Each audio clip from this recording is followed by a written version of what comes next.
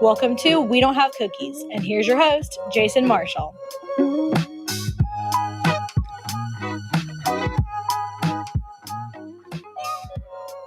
What's going on, everybody? Thanks for checking out the show. I got a little different show for you guys today. I normally do try to make it a funny show. Today, I scrapped those plans. I was planning on doing that, but I don't want to waste my guest time with that kind of stuff. This is, like I said, going to be a special show. I have been trying to talk to this person for over a year, so this one's for me, guys. So. I'm going to talk to one of the strongest, most diverse people I have ever seen in my entire life. Netflix did a documentary on a religious sect called the Rajneesh, and it's called Wild Wild Country. I highly recommend watching that. It's one of the best documentaries I've ever seen. It has everybody involved in the entire situation from every single side imaginable. Joining me now is the star of that documentary, the one and only Anand Sheela. How you doing? I'm doing very well. Thank you, Jason. It's a pleasure to meet you. I pride myself on knowing people. And the second that I saw you on that documentary, you blew my mind. You're, like I said, you're one of the most strongest willed people that I've ever seen in my life. Uh, what do you attribute that to? Is that nurture or nature or a little bit of both? Because we need more strong people like you. My kids are grown, so I can't really apply that knowledge as much as I would like to. But how did you become the person that you are? I know that's kind of a broad question, but I have to ask. Well, you become what you are because that's what the seeds are. Uh-huh. And I must say that I am honored to have that space or place that gave me opportunity to bring out all my potential. Yes, because you definitely got it in spades. That's for sure. One thing I have to ask, I was going to try to steer away from the documentary because I'm sure you've talked about that probably more than enough. But I have to ask, and I apologize if you've answered this a million times, but what was it like to come all the way over here? And the first thing you did, this is another thing. This is what I'm telling you guys. This is why she's amazing. The first thing you did when you came over here was start your own city from the ground up. I mean, this was just blank land. And again, that's not very many people's first accomplishment in America. A lot of people come over here. The first thing they want to do is try to get a job or do this or do that. You come over here and build a city. I mean, that's incredible. Yeah, it was not my intention or our intention to build a city. Uh-huh. We were not politically inclined people. We wanted to be living our own life with our own concept and ideology. Mm-hmm. Apparently, the surrounding forced us to take self-government. And this self-government was assured in Constitution, American Constitution, that 150 citizens can create their own government. It was incredible to see. And one thing that you did, I think this is an overall thing.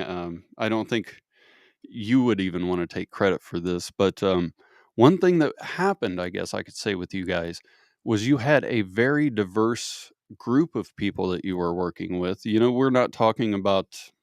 I'm sure there were people like me who were just regular Joes, but you had doctors and lawyers and very intelligent people to work with. You had a very strong foundation to get things off the ground.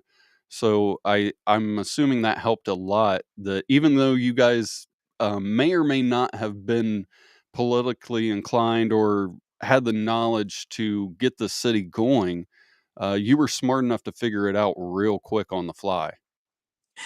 Well, we had a very smart person who was guiding us, and that was Bhagwan. Yes. He was a genius. And we were learning from him. Mm-hmm.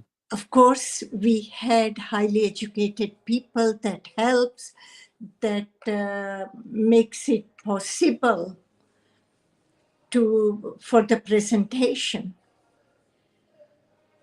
One thing that I want to check my notes here because I got a lot written down, but I tried not to write too much because I know you don't have all day. Sometimes I write so many questions I don't get up to them all. But I've seen a lot of interviews with you in there, and it seems like they come in with their mind made up. They want to instantly attack you. I mean, it's like I said, it's instantaneous. They bring you on and then they start tearing you down immediately. How do you deal with that so well? Because you come in and they don't they try to get you with gotcha questions, but it never works ever. And you stand up to them so well that it's you really turn the tables on them, and it's incredible to watch somebody have that kind of a skill.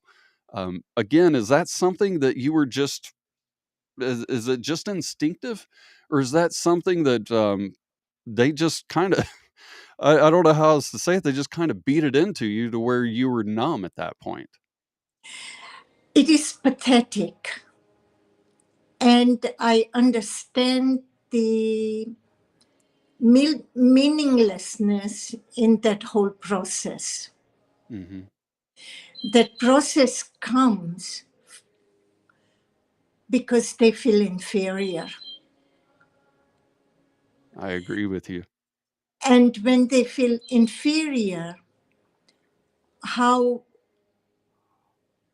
can they do anything but attack? So it's the old build yourself up by tearing people down kind of thing. Yeah, and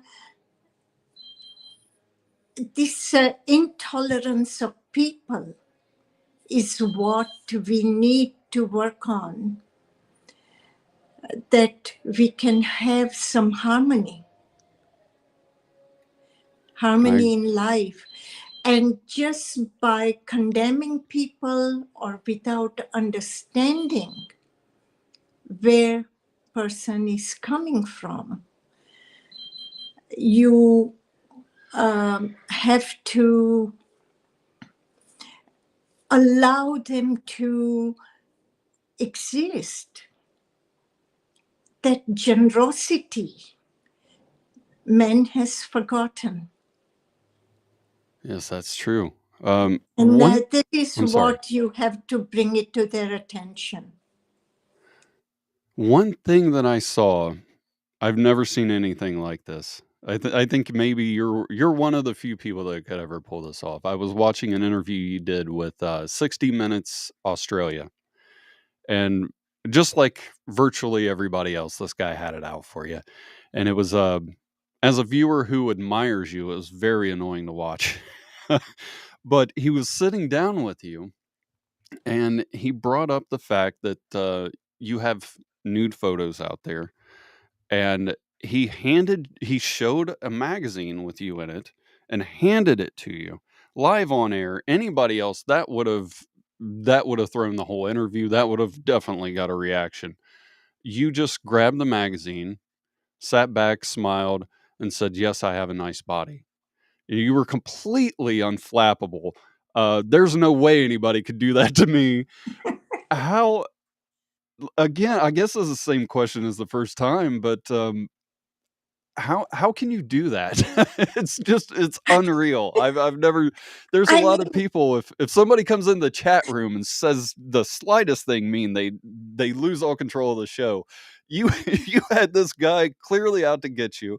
He tries to do the coup de grace with the photos and it thinks this is it. Now we're going to get her on TV, and it just completely did not work. I I must say, now I'm 72, and I can say to you, uh, maybe he was so attracted and fascinated, but he didn't want to get off his high horse and compliment me Mhm. that, hey, I saw your nude photo and you look beautiful. Yeah. That would have said all, and he would not have to listen from me that. Yeah. I agree. Sometimes the honesty does help. Yeah. You don't have to agree with somebody to admire or respect them, you know? And I think that was definitely missing by the way you've been treated by the media. And it's not just an American media thing. It's virtually anybody you talk to. I've never seen anybody who was again, maybe I'm just walking through this with rose-colored glasses, but when I see you, I see a strong woman who is very determined. She's going to get what she wants. And by the way, I don't want to make this a gender thing. I mean, just people in general. In a world of wolves and sheep, you're a lion. I mean, you're you're not one of everybody else. You're to me, I view you as somebody very special. And I don't understand how somebody with so many admirable qualities, despite what you've done, and you've mentioned this before, you know, you've paid your debt for those things, and I think it's um, people's time better served to try to figure out the good qualities in you and um, how we can use those to people's benefit instead of just trying to expose the things that they don't particularly like about you. I think people are rooted in negativity. I agree with that. And this being rooted in negativity loses complete purpose of life for themselves, their environment, and for the others. So, only thing I could say, maybe they can learn how to be loving. That was my cup of tea and still is my cup of tea. To feel responsible for yourself and your community, things that matter to you. If they focus on that, they will be more benefited. I 100% agree. And one thing that I have to ask because I kind of feel like I s- I've brought this up a million times on the show and to other people, so they're probably sick of hearing this. But I got foxes that just play in the yard. It's a mother and five little babies, and I kind of feel like that's what's going on here because I feel like I have a lot of the things I admire about you, but I'm nowhere near you. I feel like I'm one of the baby foxes looking at the mother right now. But that is one thing I don't think people particularly see, or maybe just they see it and don't give you credit for it. But as much as you have that killer instinct, you're going to get what you want. You also have a very compassionate side, and I think a lot of that comes out today with some of the work that you're doing. um, how do you mix those 2 things? Is it just something that comes natural? Because I know with me, I've had a lot of goals. I wanted to, move into the place that I'm in now. It was my childhood home, but, you know, I was, at the time when I was telling people I'm going to buy this place, and nobody believed me because I'm a high school dropout who was living in the back of my car.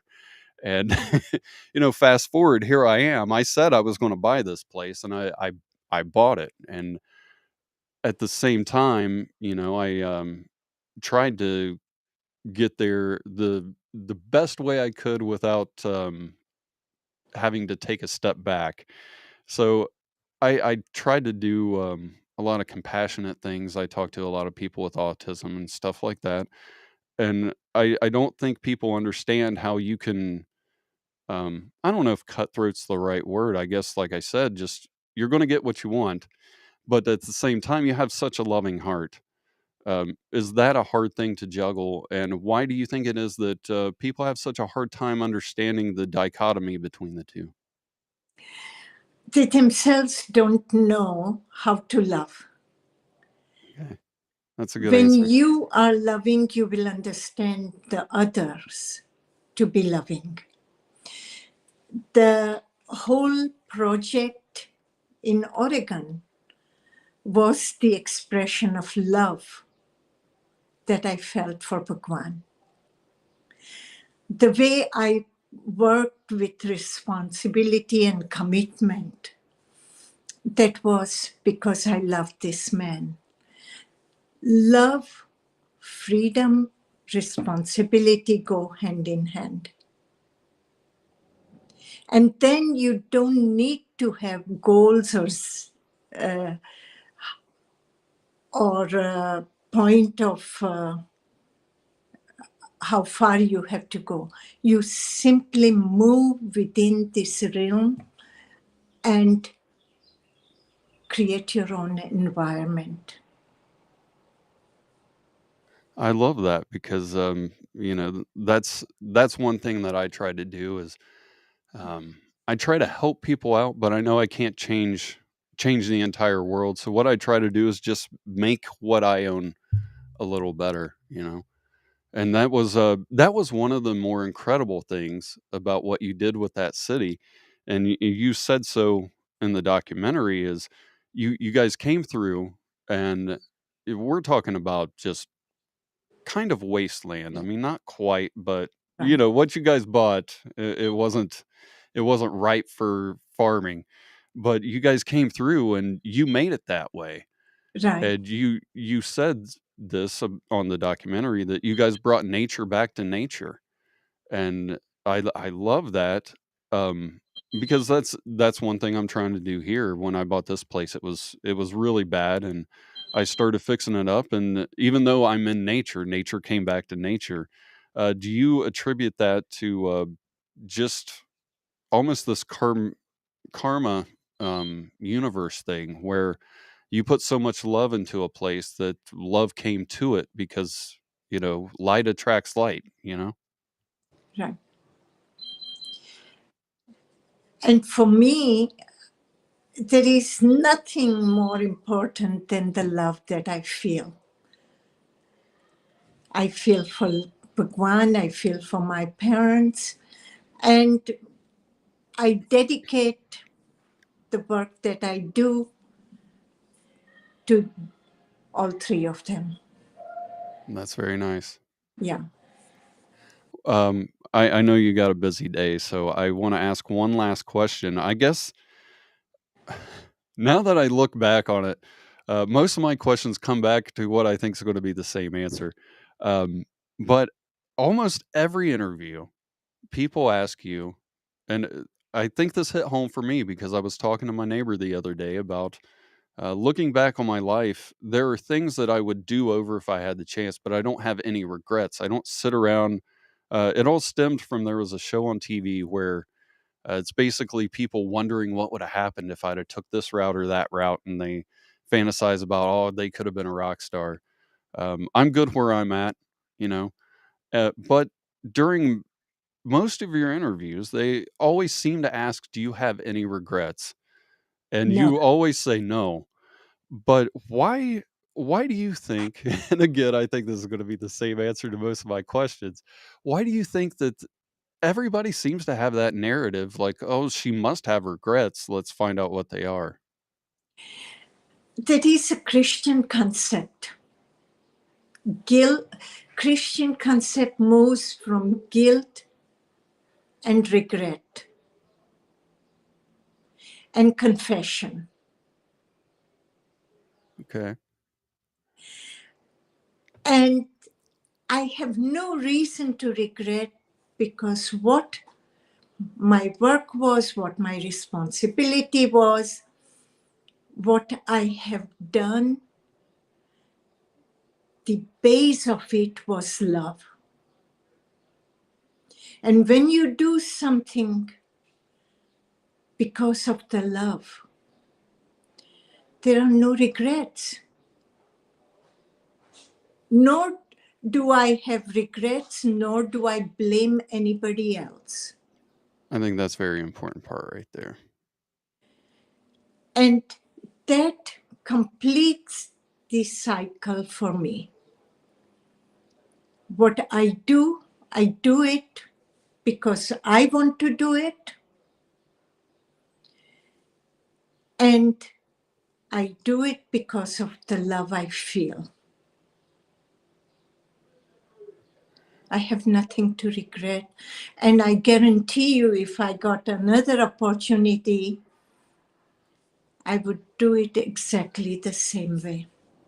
I love that. Because that's one thing I tell people too. I took a rough road, but it made me who I am. And there's, like I said, maybe I would do this or that different, but I'm not, I definitely don't regret it, you know?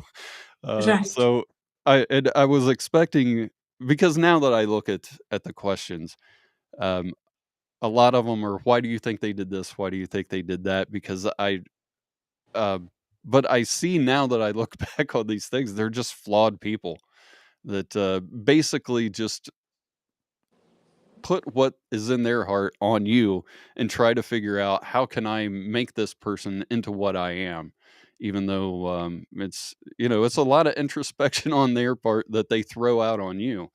And that's like I said, I look at you and I see a very strong-willed person who is right. not going to be stopped, but at the same time always helps people along the way, and that's very admirable. So it's been a pleasure talking to you. And one thing that I want to say is, um, I've said it a million times, but I really admire you, and I have I have a decent sized place here, and I think you're into nature just like I am. I've seen the flowers and things like that, and that's something I do here. And I'm going to plant a tree out in my yard just dedicated to you. It's a bonfire peach. I thought that was the perfect one because it's kind of a small in stature, but it's going to get your attention. Fiery red leaves and blooms in the spring. It's a very beautiful tree. Like I said, I couldn't imagine a tree fitting you very much more than that one. So I just want to thank you for being who you are and doing what you do. You're an incredible person, and I hopefully I get to talk to you again. If not, this was an incredible honor just to speak to you. And I want to thank you for making time out of your day for me.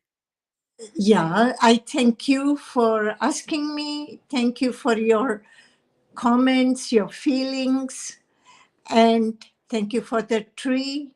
You're Whenever welcome. you need to fill in a spot on your show, just call. All right, I very much appreciate it. It was a pleasure. I hope you have a great day. You too, Jason. Bye-bye. Goodbye. All right, guys, that was a lot of fun for me. It was a pleasure to meet her. Like I said, she's a lioness in a wolf in a world full of wolves and sheep. You're not going to meet anybody like her, I tell you that. So if you haven't yet, check out the documentary Wild Wild Country. I think it's a great documentary. Like I said, you see things from every single point of view, from the townsfolk to people in the government to the Rajneesh, everybody. So make sure you check that out. It was a pleasure talking to her. And if you guys have any comments or whatnot, just leave them in the comment section on YouTube below. If you're listening to this on the audio version, if I finally put it out, I think I'm like 3 or 4 episodes behind putting anything out right now. But if you're listening to this on there, just send me an email, jason@wedon'thavecookies.com, or you can call and leave a voicemail, 929-266-9342.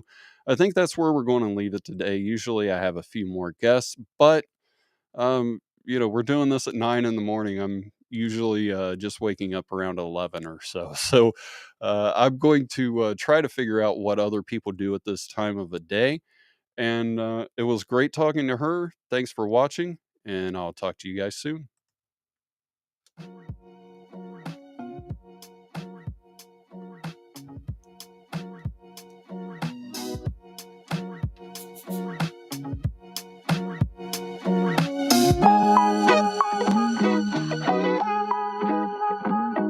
Thanks for listening. Tell your friends about the show and leave a review. See you next time.